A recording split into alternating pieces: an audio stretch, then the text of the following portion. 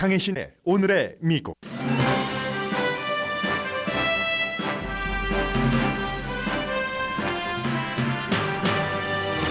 백악관과 공화당이 2년 기한의 채무 상한선 인상에 거의 동의했다는 보도가 나옵니다. 그러자 공화당 보수 정치인들이 분노합니다.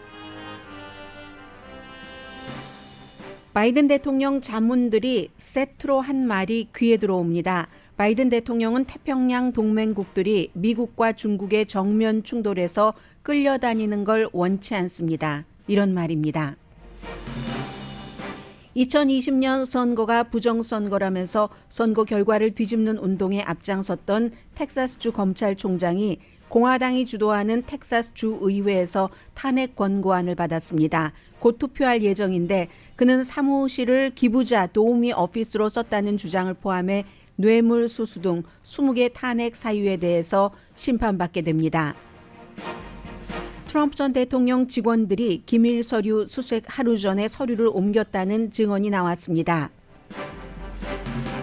론 디센티스 공화당 대선 예비선거 후보도 트럼프 전 대통령처럼 의사당 사건에서 유죄 판결을 받은 사람들을 사면하겠다고 밝혔습니다. 어제 의사당 사건과 관련해서는 극우 민병대 그룹 리더와 부리더들이 각각 18년, 12년 징역형을 선고받았습니다. 강간당한 10살 어린이의 낙태 시술을 한 의사가 언론에 그 사실을 알렸다는 이유로 환자의 사생활 보호 침해로 벌금형을 받았습니다. 영화배우 탐 행스가 372년 역사의 하버드 대학 졸업식 연설에서 오염되지 않은 진실에 대해 말했습니다. 여러분 안녕하십니까? 오늘의 미국 강혜신입니다. 어제 오후부터 이제 상원은 지난주부터였고요. 미국의 하원도 전부 휴회입니다. 왜냐하면 오늘이 메모리얼 데이 연휴가 시작되는 날인데 어제부터 좀 자동차 한산했던가요? 저는 퇴근할 때 보니까 그렇던데요. 그래서 이제 의원들이 전부 지역구로 가기는 했지만 어제 오후와 오늘 아침 사이에 채무 상한선에 대해서 다른 보도가 나옵니다. 그만큼 밤샘 작업을 공화당 하원 의장실과 백악관의 바이든 대통령 스태프들이 하고 있다는 증거입니다. 현재로서는 아주 정치에 능한 워싱턴 포스트나 뉴욕 타임스나 어제 오후에는 채무 상한선 협상 기미가 보이지 않는다. 이렇게 보도를 하더니 될 것 같다라고 얘기를 합니다. 기간도 어느 정도 얘기를 하고요. 어떤 부분이 줄어들고 늘어나는가. 결국은 지출 문제이기 때문에요. 공화당이 주장을 하고 있는. 그래서 이제 거기에 대해서 나오는데 2년으로 기한이 잡혔답니다.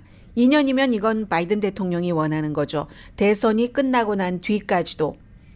그래야지 대선 전에 또 이 문제를 가지고 왈부할 일이 없으니까 이제 그것은 공화당이 양보를 한 것 같고 대부분 분야에서 지출을 줄인다. 이건 이제 백악관이 양보를 한 부분입니다. 현재 31조 4천억 달러 빚이 있는데 이것을 액수가 또 공화당 보수 의원들을 굉장히 화내게 했는데 내용부터 말씀드리면요. 군대 또 퇴역 군인을 위한 지출은 늘린다. 공화당이 원하는 겁니다. 그리고 비국방비의 지출은 대부분은 지금과 비슷한 수준으로 하는데 그러니까 주택이라든가 교육이라든가 연방정부가 재량적으로 쓸 수 있는 돈들이 있는데 그걸 공화당에서는 딱 얼만큼 하고 한도액을 박아놔라 하는 것을 주장을 해서 아마 그렇게 된다 하는 것으로 지금 언론은 보도를 하고 있습니다. 그리고 또 중요한 것이 이건 이제 공화당이 원했던 건데 감사관 고용을 늘리는 등의 국세청의 서비스 확장을 줄인다. 무엇을 의미하겠습니까? 감사원을 늘린다 하면은 감사원이 돈을 많이 받을 텐데 조금 버는 사람들 세금 보고를 감사하라고 그러는 건 아니잖아요. 결국은 공화당이 신경을 쓸 수밖에 없는 부자들에 대한 세금 감사 같은 것을 해서 어디가 구멍이 뚫렸는가 해서 세금을 안 내는 사람들을 찾아서 내게 하겠다는 게 지금 바이든 행정부의 입장이었습니다. 국세청을 좀 확대하는 것 그게 이제 트럼프 전 대통령처럼 사업을 하고도 융자 받을 때는 많이 번다고 부풀리고 그리고 이제 세금을 낼 때는 마이너스로 전부 처리를 해서 이 같은 그 뭐라고 할까요? 뭐 트럼프 전 대통령의 말에 따르면 내가 너무 현명하기 때문에 합법적으로 절세를 하는 거다 하는 것이고 지금 바이든 행정부에서는 그건 합법적인 절세가 아니라 탈세나 탈세에 가깝다 하는 것인데 워낙에 정부가 돈이 없으니까 이렇게 탈세를 하는 사람들을 잡기 위해서 국세청의 감사원을 늘리기 위해서 세금을 800억 달러를 책정을 해놨는데 세금이 아니라 지출을 그것을 이제 없앤다. 그러니까 당분간 연방 국세청의 확장은 없다 하는 거랍니다. 그래서 4조 달러 정도 채무상한선을 앞으로 2년 동안 올린다 하는 것 같은데요. 이게 뭐 확실하지는 않습니다. 그러나 이제 워싱턴 포스트와 뉴욕타임스가 여러 뭐 협상팀이라든가 이렇게 조사를 해본 결과 그렇다는 겁니다. 그러면 보수에서는 왜 이걸 반대를 하는가? 특히 이제 그 공화당의 보수가 프리덤 코커스라고 해서 딱 그 인원이 35명 플러스 프리덤 코커스에 동의하는 의원들도 있죠. 해서 프리덤 코커스가 가장 공화당 하원 가운데서 보수적이고 뭐 극우적이라고도 하고 그리고 이러한 것들을 만든 사람이 짐 조르단이라든가 오하이오주의 또 그 마크 메도우즈 트럼프 전 대통령의 마지막 비서실장 하원 의원이었을 때 또 트럼프와 지금 대결하려고 하는 론 디센티스 플로리다 주지사가 연방 하원 의원일 때 이렇게 세 사람이 합쳐서 프리덤 코커스라는 것을 2015년도에 만들었는데 그 프리덤 코커스가 이거 뭐냐 4억 달러 싫다. 왜냐하면 얼마 전에 공화당의 하원에서 이렇게 저렇게 계산을 해서 통과시킨 것에 따르면 한 올려도 1억 5천만 달러 아니 1조 5천억 달러가 돼야지 되는데 이게 4조니까 2배 이상이 되잖아요. 있을 수 없다 하고 반대를 하고 있습니다. 218표 과반수 하원에서 절대로 못 가져간다. 그리고 이것을 민주당이 지지를 한다면 케빈 맥카티가 뭐 했느냐 민주당 좋은 일 하지 않았는가 이렇게 말하는 그런 그 의원들이 공화당 보수 가운데서 많이 있습니다. 그럼에도 불구하고 가상 미팅을 이제 백악관과 이 케빈 맥카티 하원 의장실이 계속 하고 있어서요. 밤새 조율을 했고 가장 레이티스트 케빈 맥카티 하원 의장의 말과 백악관의 말이 조금 다르긴 합니다. 맥카티 하원 의장은 아직 협상이 끝나지 않았다. 어제 밤에 한 말입니다. 쉽지 않은 부분이 있어. 그런데 이에 비해서 바이든 대통령은 우리가 여러 그 생산적인 대화를 했고 스태프들이 열심히 일하고 있으며 채무 불이행이라는 것은 없을 것이다. 이제 의회가 일을 해야지 되는 시간이다. 그건 이제 투표를 말하는 거고요. 해서 차이가 지금 액수에서 차이 나는 게 한 700억 달러 정도밖에 안 된다고 하거든요. 전체적으로 4조 달러에서 700억 달러면 굉장히 작은 부분이기 때문에 거의 협상이 됐다라고 지금 언론 매체나 전문가들은 해석을 하고 있는 것 같습니다. 그런데 모든 협상은 양측에서 전부 완벽하게 만족할 수가 없습니다. 지금 공화당의 하원에서의 프리덤 코커스만 여기에 대해서 반대하는 게 아니라 심지어 상원에서도 상원의 지도자 미치 매코넬은 절대로 채무 불이행은 없어라고 계속 선언을 하고 있는데 유타주가 지역구인 마이클 리 상원 의원 트럼프 전 대통령과 굉장히 가까웠었죠. 의사당 폭동 사건 때도 아무리 부통령이라든가 다른 사람들이 트럼프 전 대통령과 접촉을 하려고 해도 전화도 안 받고 연결도 안 되고 몇 시간 동안 방위군도 보내지도 않고 했었는데 그 사이에 트럼프 전 대통령이 마이클 리 의원에게는 전화를 했다는 것 아니겠어요?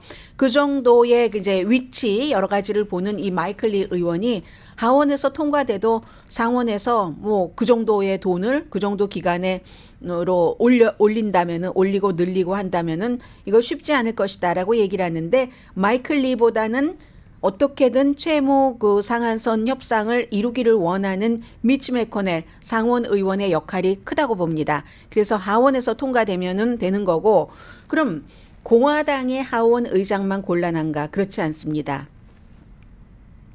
민주당도 하킴 제프리스 새로 이제 뉴욕에서 젊잖아요. 이 사람이 40대이기 때문에 50대인가요? 40대인가요? 광고 나가는 동안에 체크해 보겠습니다. 비교적 이제 다른 그 지도부보다 젊은 사람이기 때문에 새로 이제 민주당의 그 하원 원내대표가 됐고, 민주당도 극좌가 있잖아요. 너무 진보적인 뭐 버니 샌더스라든가 그 알렉산드리아 오카시오 코르테스라든가 뉴욕이 지역구인 이런 사람들을 어떻게 설득을 할 수 있는가. 이게 하킴 제프리즈 민주당 하원 원내대표에게도 시험대인 것 분명합니다. 지금 이것은 이렇게 돼서 아마 거의 늘 하듯이 이 채무상한선을 올릴 때마다 정치적인 극장을 굉장히 많이 보는데 그렇게 끝나는 게 아닌가 지금으로서는 그런 생각이 들고요. 그러면 지금 전부 상원의원이고 하원의원이고 집이나 이제 지역구로 가서 여러 가지 활동을 하고 있는 메모리얼 데이 연휴인데 어떻게 되느냐. 적어도 이번 주말에 이게 돼야지 됩니다. 오늘 내일 뭐 이 정도에는. 왜냐하면 케빈 맥카티 하원 의장이 의원들에게 약속을 했습니다. 적어도 합의가 된다면 72시간 동안은 그 합의 내용을 리뷰할 수 있도록 시간을 주겠다. 그리고는 이제 전부 이제 그 워싱턴을 떠났으니까 많이 떠났으니까 떠난 의원들 투표를 하기 위해서 노티스를 우리가 또 하루 전에 준다 하면은 이제 6월 1일이 수요일인가요? 다음 주? 그 전에 간신히 투표가 될 수 있고 어차피 합의를 한 바에는 조금 더 시간을 두자 해서 임시로 이제 며칠씩 이렇게 늘리는 방향으로 연기를 해놓는 방향으로 하고 또다시 할지 그건 알 수 없습니다만 오늘 이 시간 현재는 이제 채무상한선이 협상을 할 것이다 쪽으로 상당히 기울었다는 말씀 전해드립니다.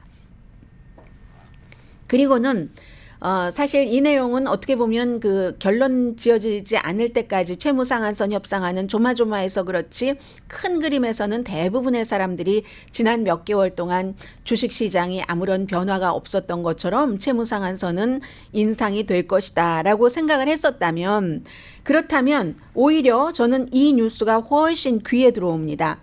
미국 언론을 본 게 아니라요. 호주하고 미국이 시차가 있으니까 호주 날짜로 금요일 호주의 시드니 대학교에서 주최를 해서 시드니 대학교의 미국학 연구센터, 왜 미국에도 한국학 연구센터 많잖아요. 그곳에서 주최를 해서 웹이나 저희 라디오 서울에서 자주 하는 거죠.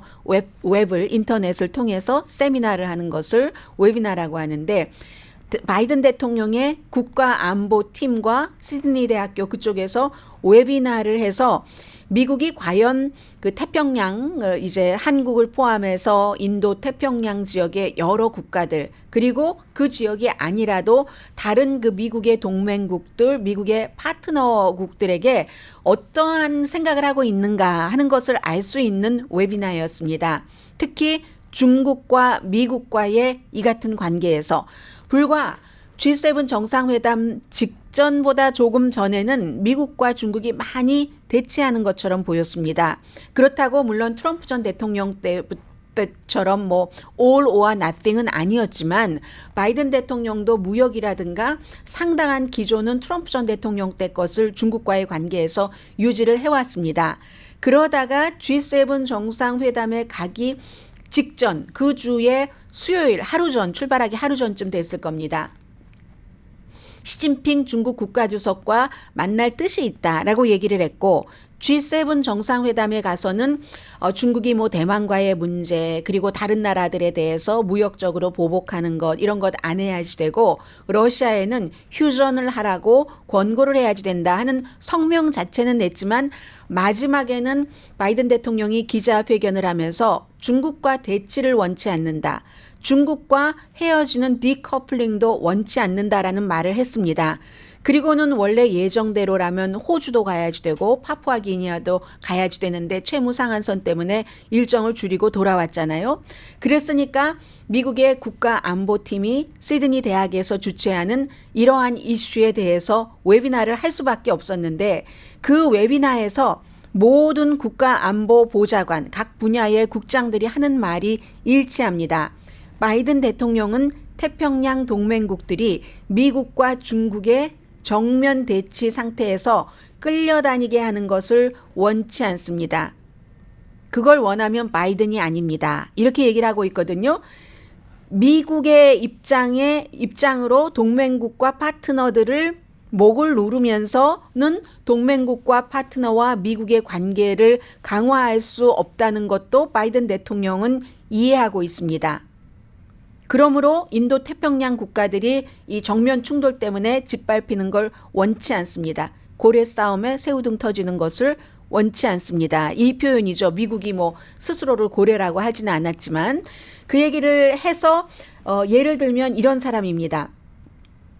에드가드 케이건, 동아시아와 오세아니아 그 담당 수석국장입니다. 바이든 대통령은 지역 사정을 고려합니다. 대통령이 우리 미국의 시각만으로 압박을 한다면 이제 바이든이 아니고 따라서 중국과의 관계에서 동맹국들이 호주와 중국도 되고 한국과 중국도 되고 그런 관계에서 동맹국들이 숨 쉴 공간이 있기를 바랍니다. 그 정도로 완전히 뭐 미국만 따라라 하는 것을 원치는 않는다는 거예요. 약간 변했습니다. 불과 한두 달 전만 하더라도 전폭적으로 미국을 따르거나 전폭적으로 중국을 선택하거나 이런 기로인 것처럼 보였던 분위기가 있었지만 그게 아니라는 겁니다. 그래서는 미국의 정책이 성공할 수 없다는 걸 아는 거죠. 한국이나 호주나 다 중국과 아직까지는 모든 것을 다변화하기 전에는 경제적인 관계가 너무나 많이 엮여 있기 때문에 중국은 G7 정상회담에 대해서 굉장히 화가 났습니다. 아니 우리 중국에게 뭐 동맹국을 보복하지 말라고 뭐 우리의 그 대만 야망을 뭐 억누르라고 하면서 심지어는 주최국인 일본의 대사를 소환해서 불만을 말했습니다. 호주 정부는요 이번에 뭐 웨비나를 통해서도 계속 드러나지만 중국과 안정적인 관계를 원합니다. 이게 이제 그 앤토니 알바니즈 총리의 말입니다. 중국이 이제 먼저 호주에 경제 제재를 하기 시작했죠. 물론 호주가 그 전에 어떠한 입장에 있어서 미국 측의 입장을 따랐고 그에 따라서 중국이 호주를 굉장히 경제적으로 압박했습니다. 한국이 사드 보복을 받은 것처럼. 그래서 그 이후에 호주도 중국으로 관광 가는 것을 금지했습니다. 호주 총리는 중국이 호주에 대한 경제 제재를 풀면 우리도 중국에 관광 가는 것을 풀고 싶습니다. 금지를 풀고 싶습니다. 지금 한국도 굉장히 우려하고 있는 거잖아요. 한국은 호주와 반대로 중국에서 관광 오는 사람들이 너무 많기 때문에 그 얘기를 했고요. 바이든 대통령은 중국과 투쟁하기를 원치 않습니다. 진정한 경쟁을 원합니다. 이 얘기는 늘 했었던 거고요. 물론 중국과 미국이 강한 이해관계가 있지만 그 이해관계로 두 나라가 함께 할 수 있는 일을 할 방법을 못 찾는다는 건 아닙니다. 이게 뭐 기후변화 등등에 있어서 그렇다는 거죠. 또 다른 사람입니다. 바이든 대통령의 국가안보국의 인도태평양 전략국장 미라 랩 후퍼 씨는 바이든의 최근 중국에 대한 그런 그 여러 가지 입장을 보면은 똑같은 얘기를 합니다. 인도태평양 지역과 세계의 미국 파트너들이 중국이냐 미국이냐 사이에서 한쪽만을 선택하기를 원치 않는다. 미국이 양보하는 거예요. 좀 뒤로 가는 겁니다. 그래서 정면 충돌 할 때 그 나라들이 피해보는 것 원치 않는다. 그 헤드롱 크래시라고 했거든요. 이게 정말 헤드롱 크래시니까 막 머리부터 저돌적으로 쳐들어가서 그야말로 무모하다고도 할 수 있는 그런 거잖아요. 그런 것. 그리고 또 다른 인도 태평양 코디네이터인 커트 캠벨, 뭐 잘 알려진 분이죠. 이번도 마찬가지로 이 인도 태평양 지역에서 이 미국과 중국과의 여러 가지 관계 때문에 미국 쪽에 너무 가까이 가는 것이 우리의 여러 가지의 안정적인가 하는 것에 의구심이 있다는 것을 미국이 충분히 이해를 하고 있다는 겁니다. 그래서 바이든 대통령이 바이든 행정부가 세계에 신호를 보내기로 했다고요. 동맹국과 파트너 국가들이 필요할 때는 중국과 건설적으로 관계를 맺을 수 있다. 숨 쉴 수 있는 공간을 가지길 바란다. 그게 동맹국이나 미국 동맹국이나 미국 모두에 중요하다. 이게 미국의 국가안보팀이 호주 그 유니버시티 오브 시드니에서 주최한 웨비나에서 얘기를 한 바이든 대통령의 한국을 포함한 동맹국에 대한 입장입니다.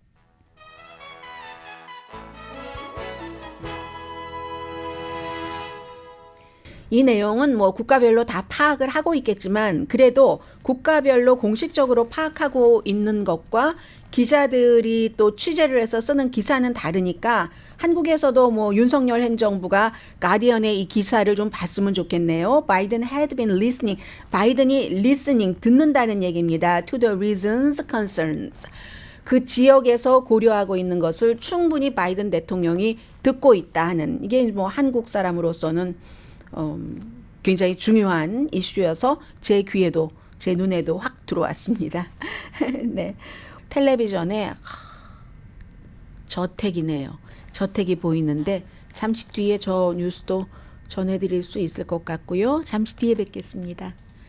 라디오 서울 방송 오늘의 미국 듣고 계십니다. 네, 텍사스주 하면은 공화당주, 텍사스주의 검찰총장 하면 많은 이슈에 대해서 딱 그 주도를 해서 여러 주의 검찰총장과 같이 이제 고소를 많이 했죠. 합동 고소를. 특히 제일 유명한 것은 2020년 대통령 선거는 부정선거였다는 것을 끝까지 아무튼 주장을 하면서 하고 다 패소하고 했었던 사람인데 그때도 이미 이 텍사스주의 검찰총장이 굉장히 부정부패 비리에 연루돼 있었던 것이 케이스가 많았습니다. 결국은 어제 공화당 3명, 민주당 2명인 이제 특별 그 하원위원회에서 그를 탄핵해야지 된다 하고 권고하는 만장일치의 권고안을 통과시켰습니다. 빠르면 하원에서는 오늘 투표를 하고요. 그다음에 상원으로 넘겨지는데 이건 이제 대통령 뭐 탄핵과 비슷하게 하원에서는 뭐 똑같네요. 과반수 그리고 상원에서는 3분의 2의 투표가 있어야지 그가 탄핵이 되게 되는데 내용은 이렇습니다. 그리고 이게 공화당이 주도하는 주에서 공화당의 검찰총장을 탄핵시킨다. 그렇다고 이게 새로 드러난 것도 아니고 그전에 다 너무너무 드러나서 그렇기 때문에 오히려 더 이 사람은 트럼프에게 충직하게 일을 해야지 되는 그런 목적도 있다는 것을 뭐 정치 전문가들이 다 분석을 했는데 시간이 지나니까 결국은 여기까지 오게 되는 겁니다. 그래서 그 켄 팩스턴 그 검찰총장이고 검찰총장 하기 전에 이 사람은 텍사스주의 하원 의원, 3선 하원 의원이었고요. 또 상원 의원, 주 상원 의원도 지냈고 와이프는 지금 주 상원 의원입니다. 그래서 이제 20개입니다. 그 탄핵 사유가 뇌물, 사법 방해, 공권력 남용, 그리고 또 내부 고발자를 보복하고 내부 고발자를 보복했다는 것은 뭐 8명인데 그 사무실에서 같이 일하던 사람이 이 사람 해도 너무한다. 사무실을 완전히 본인에게 선거 기부한 사람 뒷배를 봐주는 도우미 오피스로 쓰고 있어. 그리고 사무실을 완전히 그 2020년 그 부정선거 주장하는 사무실로 쓰고 있어. 등등을 이제 고발을 한 그 직원들을 뭐 해고하거나 아니면 도저히 일을 할 수 없어서 사임하거나 결국은 330만 달러에 합의를 했거든요. 그 사람들과. 그러면서도 잘못한 건 없는데 돈은 준다. 이런 식의 얘기를 하고 있거든요. 뿐만이 아니라 그것보다 더 중요했었던 것은 어찌 보면 2015년도에 증권 사기 혐의가 있습니다. 이 케이스 아직 그 재판 시작되진 않았는데 유죄로 인정되면은 99년 징역형에 처해질 수 있는 그리고 이미 연방 수사에 들어갔고요. 이런 사람인데 결국은 이제 그 탄핵 투표를 하는데 결과가 어떻게 될지 모릅니다. 텔레비전에 얼굴 보이는데 말씀드린 것처럼 지금 주의 그 의사당의 의원은 아니지만 같이 동료였었던 사람들도 있을 테고 워낙에 보수에 같이 하면서 뭐 국경이라든가 뭐 이민 낙태 그 트럼프 쪽으로 가는 모든 것을 다 주도했었던 사람이기 때문에 공화당인 텍사스주로서는 어떻게 해야지 되나? 그러나 혐의를 보면 너무나 분명한 것들이 많고 혐의가 또 한두 가지가 아니기 때문에 어떻게 될지 모르겠습니다. 민주당이야 뭐 당연히 만장일치로 그의 탄핵에 찬성을 할 테고 공화당이 이제 그 문제죠. 공화당이 자당의 검찰총장을 그리고 검찰총장이 공화당 자당이 하고 있는 많은 이슈를 다 굉장히 좋게 해주는데 그래서 많은 혐의가 있음에도 불구하고 지난해에도 선거에서 살아남았고 하는데 이 사람을 우리 손으로 쳐야지 되는가? 그리고 와이프인 그 엔젤라 그 상원의원은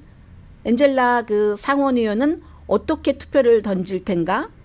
라스트 네임, 남편 라스트 네임 따고 있습니다. 팩스튼 남편 라스트 네임을 따고 있는데 텍사스 주에서는요 요즘 왜 이렇게 탄핵되는 사람이 많아요? 뭐 다른 데는 주의 의원이었지만 텍사스 주에서는 이렇게 공직자가 탄핵되는 게 텍사스 주의 200년 역사상 만약에 이번에 탄핵되면 세 번째랍니다. 두 번밖에 없어요. 1917년 주지사, 1975년 주 판사. 하원은 150명이고 상원은 공화당이 85명, 민주당이 64명입니다. 이런 일. 그래서 본인은 어제 이제 그 탄핵 권고안 공화당이 다수당이라서 한 명 더 많은데도 그것을 심사한 패널 가운데서 이런 권고안이 나오자 부패한 정치 기득권층이 힘을 합쳐서 국민의 뜻에 반하게 불법적인 시도를 하고 있다. 텍사스의 슬픈 날이다. 텍사스 입법부도 리노다. 무늬만 공화당이다. 텍사스가 무늬만 공화당인지는 저는 모르겠고요. 아닌 것 같은데요.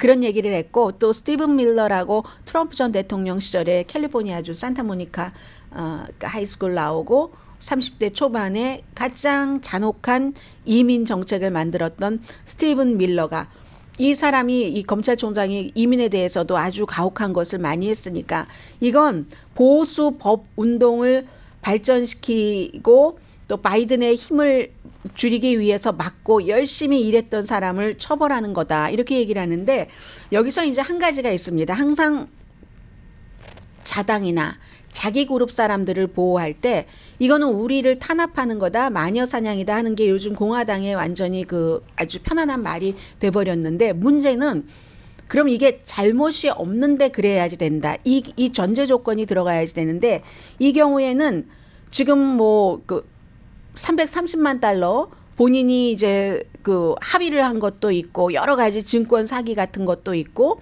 그래서 이제 재판 과정에 들어가야지 되고 이런 것들이 있는데도 전혀 그러니까 죄는 어느 정도 있어도 우리의 스티븐 밀러가 하는 말에 따르면 우리의 아젠다를 지켜나가기 위해서 이 사람이 필요하니까 그렇게 무작정 보호를 하는 경우가 많잖아요. 지금 미국뿐만이 아니라 한국도 마찬가지고 그럴 때 절대로 이기지 못하는 것 같아요. 역사를 쭉 보면. 왜냐하면 상대 측에서는 또 이거 운동장이 기울었네. 그러니까 우리는 이쪽으로 기울어야지 돼. 그럼 저쪽에서는 운동장이 저쪽으로 기울었네. 그 언론도 마찬가지입니다. 우린 이렇게 해야 돼. 편파인 줄 알지만 이렇게 보도를 해야 돼. 운동장이 너무 기울었기 때문에 이렇게 얘기를 하잖아요. 그러면 끝이 없습니다. 정말로.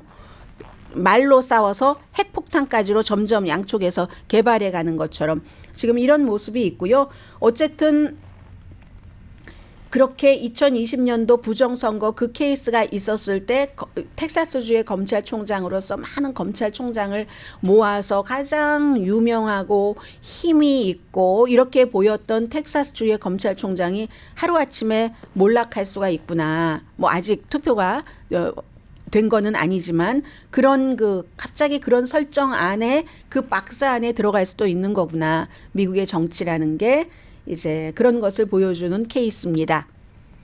그리고 이 케이스는 참 묘해요. 인디아나주의 닥터 케이틀린 버나드 전에 여러분들께 전해드린 적이 있습니다. 이 사람이 의사로서 $3,000 벌금을 내라. 환자의 사생활 보호를 위배했다는 그런 주장이거든요. 인디아나 주의 그 의사들 여러 가지 뭐 자격증도 심의하고 벌도 주고 하는 위원회에서 의사 자격증 박탈은 안 했습니다. 그런데 의사로서 또 일하기에 부적절하다 이런 설명도 붙이지 않았고요. 2022년 7월 달이었습니다. 그러니까 연방 대법원이 낙태 그 판결을 내리고 한 달쯤 지났을 때 이 의사가 10살짜리 인디아나주가 아닌 오하이오주의 강간당한 소녀를 낙태를 했습니다. 그때 이제 인디아나 스타가 보도를 해서 여러분들께도 전해드렸었는데 그때 많은 분들께서 10살짜리가 임신을 할 수 있구나 뭐 이런 생각도 하셨고요. 그 강간범은 잡혔습니다. 잡혀서 지금 이름은 밝혀지지 않았지만 아무튼 오하이오 남자가 잡혀 있는데 그런데 오하이오주는 임신 그 당시에 이미 임신 6주일 이후에는 낙태를 금지하도록 재빨리 그런 시행령이 내려졌기 때문에 그 주에서 하지 못하고 거기에 이제 그 아이들 여러 가지 복지를 보호하는 사람이 추천을 하고 해서 인디아나주 닥터가 어린아이, 강간당한 10살짜리 아이, 그 아이를 낳아야지 됩니까? 10살짜리가 아이도 아이인데 그것도 강간당한 건데 그렇게 해서 이 사람이 집도를 하고 나서는 그것을 왜 어떤 식으로 벌을 주느냐면 왜 그 환자를 보호하지 않았어? 환자의 부모와 상의하지 않고 언론에서 내가 이러이러한 일을 했다 하고 얘기를 했잖아 라는 게 죄라는 겁니다. 의사로서 사생활 보호를 하지 않았다는 얘기거든요. 그랬더니 의사가 하는 얘기가 뭐 그 소녀가 어디에 살고 있는 누구고 뭐 이런 걸 얘기한 건 아니지만 의사가 이 연방 대법원에서 낙태를 금지하도록 판결을 했었을 때 실제 생활에는 어떠한 일들이 일어나는가 하는 것을 미국인에게 알릴 의무도 있다고 생각을 했다. 이런 얘기를 하고 있습니다. 아무튼 그리고 또 하나는 인디아나주도 왜 검찰총장에게 이 같은 일을 즉시 보고하지 않았는가 했는데 뭐 보고는 한 것 같아요. 그 병원의 룰에 맞게 이제 어디에단가를 소셜워커에게는 그 환자가 학대당했다. 그래서 낙태를 했다는 것을 보호를 했다는 겁니다. 아무튼 인디아나주에서는 이 의사를 어떻게 이렇게 걸어서라도 벌을 주고 싶었던 거예요. 어린아이의 낙태를 집도한 의사를. 그래서 그 아이의 사생활을 보호하지 않았다고 아무튼 이렇게 벌을 주게 됐는데 이 의사는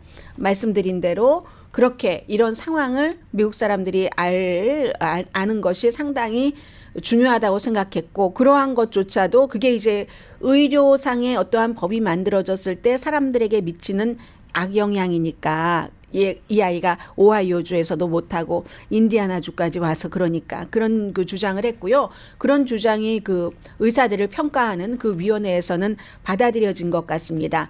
그리고 또 의사로서의 나의 역할은 환자를 케어하는 것이 뭐 범인이 누구고 이런 걸 꼬치꼬치 수사하는 게 아니다. 그래서 나는 소셜워커에게 알렸다. 이 정도로 해서 어제 보니까 14시간 동안이나 청문회가 진행됐다고 하거든요. 그런데 이제 주 검찰 측에서는 낙태를 지지하는 의사야 해서 이제 벌 주고 싶은 거고요. 이런 일들이 참 미국에서 앞으로도 무척 많이 일어날 것 같습니다. 잠시 뒤에 워싱턴 포스트가 역시 정치에는 강합니다. 요즘 한국일보 또 저희 라디오 서울과 협력을 하고 있잖아요. 기사. 워싱턴 포스트의 보도 등 잠시 뒤에 전해드립니다.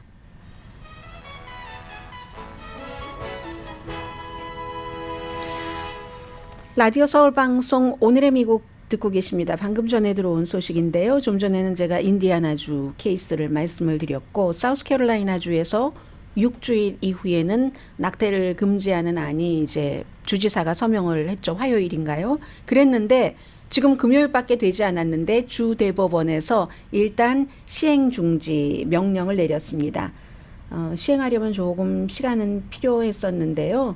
그때까지는 아무튼 검토를 조금 제대로 하겠다는 얘기예요. 그때까지는 사우스캐롤라이나의 현행 22주일 낙태까지 허용을 할 수 있도록 그렇게 되어 있습니다. 사우스캐롤라이나주의 이 낙태 금지 법안도 임신 6주일 이후고 뭐 벌금형도 있고 또 뭐 그 낙태를 집도하면은 뭐 2년 징역형까지 있고 그렇습니다.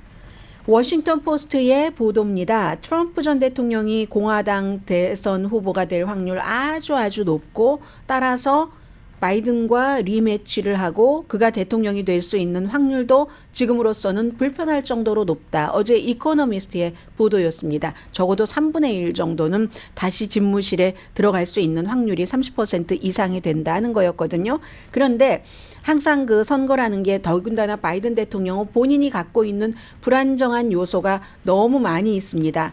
워싱턴 포스트가 이제 단독으로 제일 먼저 보도를 했고 다른 매체들이 이제 인용을 하거나 후속 취재 같은 것을 해서 보도를 하는데 마랄라고의 트럼프 전 대통령의 직원 2명이 지난해 6월 달에 연방수사국이 영장을 가지고 이제 기밀 서류를 압수하러 갔잖아요. 그것을. 왜냐하면 그전에는 국가 기록물 보관소에서 아무리 달라고 해도 안 주고 하니까 할 수 없이 법무부에 연락을 해서 법무부가 뭐 영장 발부하는 그 심사 과정을 거쳐서 연방 수사국이 갔는데 바로 전날에 트럼프 전 대통령의 직원 2명이 그 기밀 서류들을 창고로 옮기는 것을 본 사람이 있다는 겁니다. 봤을 뿐만이 아니라 그 사람은 그 당시에는 뭔지 몰랐대요. 뭔지 모르고 그것을 옮기는 것을 도와주기까지 했다는 이제 증언을 확보를 했다는 거거든요.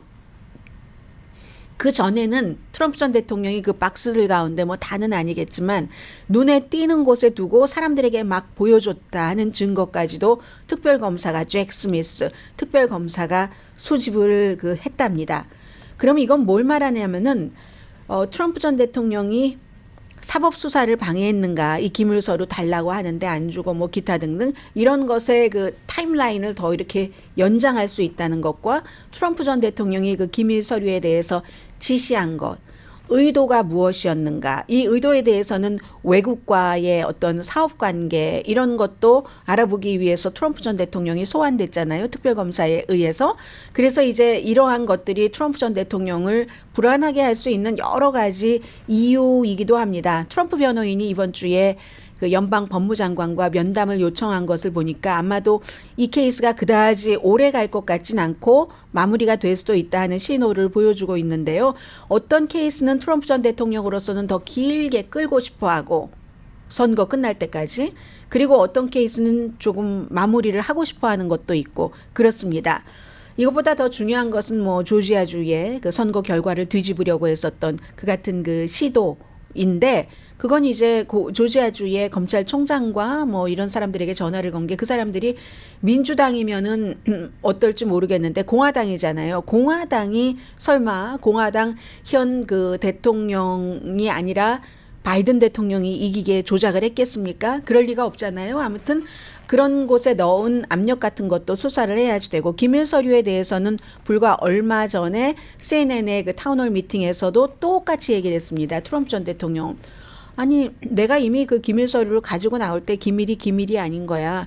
그 대통령은 맘대로 기밀을 해제할 수 있고 또 생각하는 것만으로도 기밀을 해제한다고 얘기했잖아요. 그게 참 아니고 거짓이거든요. 대통령이 이걸 기밀로 해제해야지 되겠다 할 때는 절차가 당연히 따라야지 됩니다. 그렇지 않게 누가 그렇게 순진하게 모든 것을 만들어 놓겠어요? 물론 이 기밀 서류라는 것에 허점이 있다는 것은 모두들 인정을 하는 것 같습니다. 그 기밀 서류에 대해서 잘 알고 있는 전문가는 너무너무 기밀 서류로 딱 그 규정되는 것이 많대요. 왜 그랬느냐? 책임을 회피하기 위해서. 이거 기밀 서류로 해놓으면은 누구도 안 봐도 되고 나중에 문제가 나지 않는데, 기밀 서류 아닌 것, 기밀 서류일 수도 있는 것을 기밀 서류라고 구분을 해놓지 않으면 나중에 문제가 됐을 때 당신 왜 그걸 기밀 서류라고 안 했어 하고 책임 추궁을 받을 수 있잖아요. 그런 이유 등으로 기밀 서류가 너무 많대요. 아무것도 아닌 것도 기밀 서류다. 그 같은 부작용은 있지만 대통령이 생각만 한다고 기밀 서류가 기밀이 아닌 것으로 해제되는 것은 아니죠. 또 론 디샌티스 플로리다 주지사는 출마 선언을 하고 24시간 만에 뭐 820만 달러를 모금했다 하는데 몇 명이나 됐나 이런 거 얘기하지 않는 거 보니까 막 큰 손이 많이 낸 것 같기도 하고요. 물론 제한이 있지만 그 제한 자체를 뭐 어느 그 본인의 무슨 뭐 행동위원회에 한다던가 그러면 또 그 제한 액수가 없어질 수도 있으니까, 분명한 건 트럼프 전 대통령보다 선거기금 훨씬 많고 바이든 그 대통령이 취임할 때 이 같은 기간에 모금한 것보다 훨씬 이 디샌티스 후보가 많이 모금한 것은 사실입니다. 그리고 그날 망신당했잖아요. 트위터 그 스페이스에서 20분 동안이나 버퍼링 나고 막 이랬었던 것 있잖아요. 그 트위터의 엔지니어링 책임자가 회사를 어제 떠났네요. 트윗하고 그 폴드 다비리라는 분인데 4년 동안 참 좋은 시간이었다 하면서 왜 떠나는지에 대해서 말하지 않았는데, 이게 떠나는 건지 해고되는 건지는 잘 모르겠고요. 일론 머스크 이후에 이 부서, 기술 같은 이런 부서의 직원이 80%가 해고됐습니다.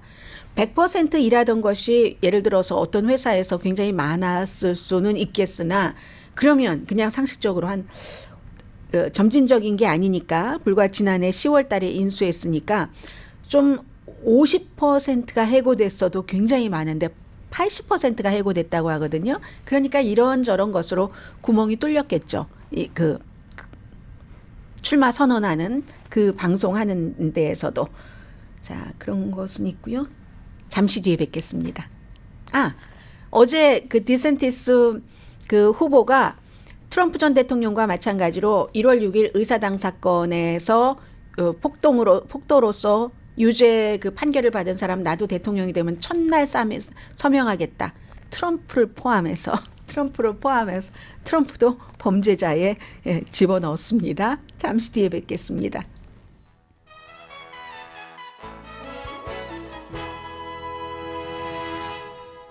라디오 서울 방송 오늘의 미국 듣고 계십니다. 네, 극우 민병대 그 오스키퍼스의 민병 대장 18년 의사당 폭동 사건 때 선동 음모 혐의로 18년을 이제 선고받았습니다. 스튜어트 로즈라는 사람이고요. 그리고 그 아래 부하도 12년 어제 밤에 선고를 받았는데 검사는 25년을 구형했고요. 판사는 이 사람을 석방하면은 곧 다시 무기를 준비하고 국가 민주주의를 위협할 것이다 했습니다. 의사당 폭동 사건 때 그 안에 들어가진 않았지만 밖에서 이제 워키토키로 지시를 했고 버지니아에 있는 호텔에 무기를 쌓아두고 워싱턴 DC로 이제 쉽게 옮길 수 있도록 했다는 겁니다. 본인은 정치범이라고 주장하지만 정치범은 민주주의에 대해서 그 독재와 싸우는 사람을 정치범이라고 한다 하고 판사가 얘기를 했고요. 항소할 그럴 그 예정이고 그러면 이제 이런 것들은 무엇을 얘기하냐면 꼭 이 사람뿐만이 아니라 다음에 이런 비슷한 그 어떠한 그 재판이 있을 때 다른 사람들도 의사당 폭동 사건에 가입됐었을 때 굉장히 그 형량을 많이 선고받을 수 있다는 그런 뜻이 되고요. 프라우드 보이즈의 리더도 얼마 전에 형량 선고를 받았잖아요. 이 오스키퍼스나 프라우드 보이즈나 전부 굉장히 지금 극우적인 운동을 많이 하고 있기 때문에 엊그제 말씀드렸었던 그 아만다 고만이라는 그 로스앤젤레스 이쪽에서 가서 바이든 그 대통령 취임식에서 시를 읽었던 젊은 시인의 시를 금지를 했었잖아요. 플로리다주 마이애미 교육구에서. 근데 그게 이제 한 부모의 컴플레인 때문에 그랬는데 그 부모가 바로 프라우드 보이즈라는 오스키퍼스와 마찬가지의 극우 민병대의 랠리에도 참석을 한 사람이다 하면서 이 아만다 고만이라는 젊은 시인은 본인은 아프리칸 아메리칸 여성 시인이고요. 금지된 책이나 시나 이런 것들 보면은 백인이 쓴 작품이 아니다. 유색 인종이 쓴 작품이다. 이런 얘기를 하고요. 탐 행스가 하버드 대학교가요. 1600년대 만들어졌습니다. 미국 역사보다 길어요. 372년인데 졸업식에서 진실 방어의 히로가 되시라. 허위 정보가 많은 세상에서 진실을 자기 이익을 위해서 왜곡하는 사람에 저항하라. 어떤 사람에게 진실은 더 이상 실증적인 게 아니라 그래서 데이터에 기반하지도 않고 그리고 심지어 예의, 생각에 기반하지도 않는다. 라틴어 단어 그 베리타스잖아요. 하버드 대학교의 모토이기도 한 이것 여러분이 선택을 하십시오라고 탐 행스가 얘기를 했습니다. 네, 요즘 완전히 그 시즌이잖아요. 젤렌스키도 존스 홉킨스에서 시간이 정말 가치 있는 것이다라고 얘기를 했고요. 이 어느 대학교인가요? 억만장자가 학생들에게 라페일 텔레커뮤니케이션의 억만장자가 졸업생들에게 기조연설하면서 2,000명인데 $1,000씩 선물 줬다고 하네요. 강혜의 신이었습니다. 여러분들도 주말에 여러분들께 선물 주세요. 월요일에 뵙겠습니다. 네, 메모리얼 데이인 줄 압니다. 월요일에 뵙겠습니다.